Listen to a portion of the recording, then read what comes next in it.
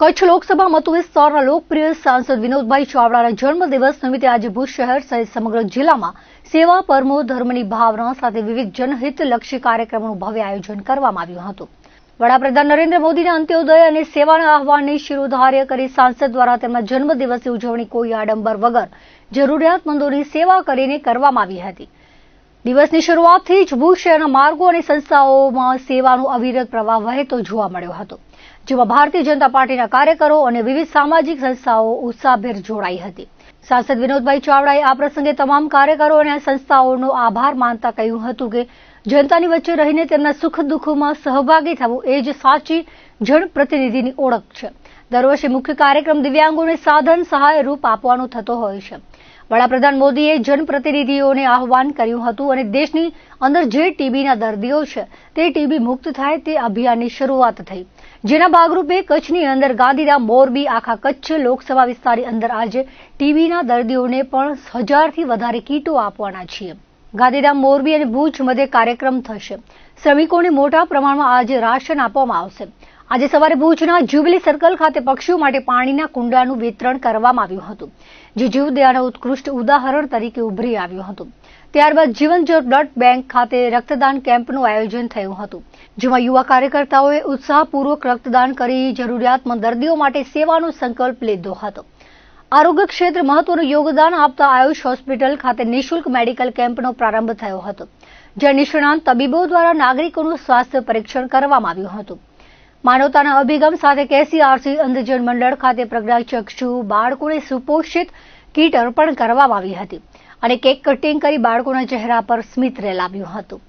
વડાપ્રધાનના ટીબી મુક્ત ભારતના અભિયાનને વેગ આપવા માટે ટીબી હોસ્પિટલ ખાતે દર્દીઓને પોષણક્ષમ આહારની કીટોનું વિતરણ કરવામાં આવ્યું હતું। સાંસદે જણાવ્યું હતું કે સમગ્ર લોકસભા વિસ્તારમાં 1000થી વધુ આવી કીટો વિતરણ કરવાનું લક્ષ્ય છે। આ કાર્યક્રમમાં આગળ વધતા રામદેવ સેવા ટ્રસ્ટ ખાતે નિરાધાર લોકો સાથે ભોજન કરી સૌહાર્દપૂર્ણ વાતાવરણમાં જન્મદિવસની ઉજવણી કરવામાં આવી હતી। બપોરના સમય પણ સેવાનો આ યજ્ઞ અવિરત ચાલુ રહ્યો હતો। માધાપર સ્થિત નવચેતન અંધજન મંડળના બાળકોને મિષ્ટાન સાથે ભોજન અને આરોગ્ય સ્વાસ્થ્ય કીટ એનાયત કરવામાં આવી હતી। ત્યારબાદ શ્રી હરિ શાંતિ નિકેતન વૃદ્ધાશ્રમમાં વડીલોના આશીર્વાદ લઈ તેમને સ્વાદિષ્ટ ભોજન પીરસવામાં આવ્યું હતું। બપોરે આંબેડકર ભવન ખાતે શ્રમિક પરિવારોને રાશન કીટનું વિતરણ કરી તેમની પાયાની જરૂરિયાતો પ્રત્યે સંવેદનશીલતા દાખવવામાં આવી હતી। આ કાર્યક્રમો દરમિયાન જિલ્લા ભાજપ પ્રમુખ દેવજીભાઈ વરચંદ, મહામંત્રી હિતેશભાઈ ખંડો, શહેર ભાજપ પ્રમુખ મિત ઠક્કર, ભુજ નગરપાલિકા પ્રમુખ રશ્મિબેન સોલંકી, ડોક્ટર ઉપેન્દ્રસિંહ વાઘેલા, અંગદાન પ્રણેતા દિલીપભાઈ દેશમુખ સહિત ભારતીય જનતા પાર્ટીના હોદ્દેદારો અને કાર્યકર્તાઓ મોટી સંખ્યામાં હાજર રહ્યા હતા।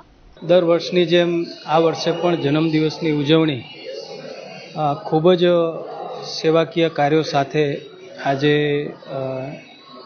સૌ લોકો અમે અહીંયા કરી રહ્યા છીએ।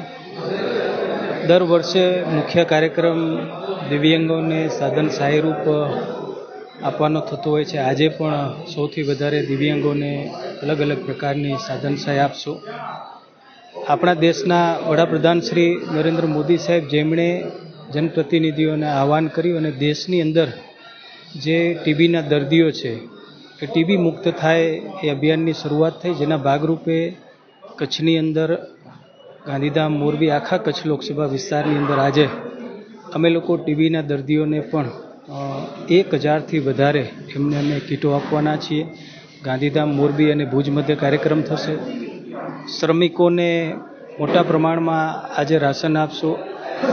અન્ય દિવ્યાંગ જે બાળકો છે એમની હોસ્ટેલની અંદર પણ જશું, એમને પણ એમને સ્વચ્છતાની કીટ, એમની સાથે સાથે એમને શૈક્ષણિક કીટ, આવા અલગ અલગ પ્રકારના કાર્યક્રમો આજે અમારા સૌ ભારતીય જનતા પાર્ટીના સૌ કાર્યકર્તાઓ દ્વારા, સામાજિક સંસ્થાઓ દ્વારા, હમણાં જ પક્ષીઓ માટે કુંડા વિતરણનો કાર્યક્રમ પણ થયો, સવારે ગાયો માટે ચારાનો નિરાણનો પણ કાર્યક્રમ થયો। આવા અલગ અલગ પ્રકારના અનેક કાર્યક્રમો આજે સમગ્ર દિવસ દરમિયાન યોજાશે। બ્લડ ડોનેશનનો કાર્યક્રમ થયો। આયુષ હોસ્પિટલની અંદર આજે નિઃશુલ્ક આખો દિવસ દર્દીઓને આજે ચેક કરવામાં આવશે।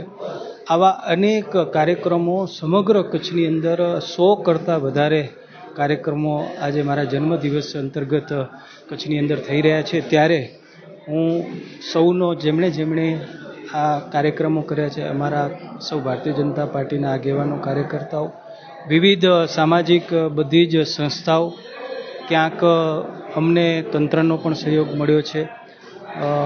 આમ દરેક લોકોનો હું હૃદયથી ખૂબ ખૂબ આજના જન્મદિવસ પ્રસંગે આભાર માનું છું. અને આ પ્રેરણા આપણા દેશના વડાપ્રધાન શ્રી નરેન્દ્ર મોદી સાહેબ આપણને આપતા હોય છે કે હંમેશા કહેતા હોય કે પ્રજાની વચ્ચે જઈને દરેક સુખ દુઃખના કાર્યમાં જનપ્રતિનિધિએ સહભાગી બનવું, અને જેના ભાગરૂપે આજે આ કાર્યક્રમો અલગ અલગ દરેક સંસ્થાઓ દ્વારા અને સામાજિક આગેવાનો દ્વારા થઈ રહ્યા છે.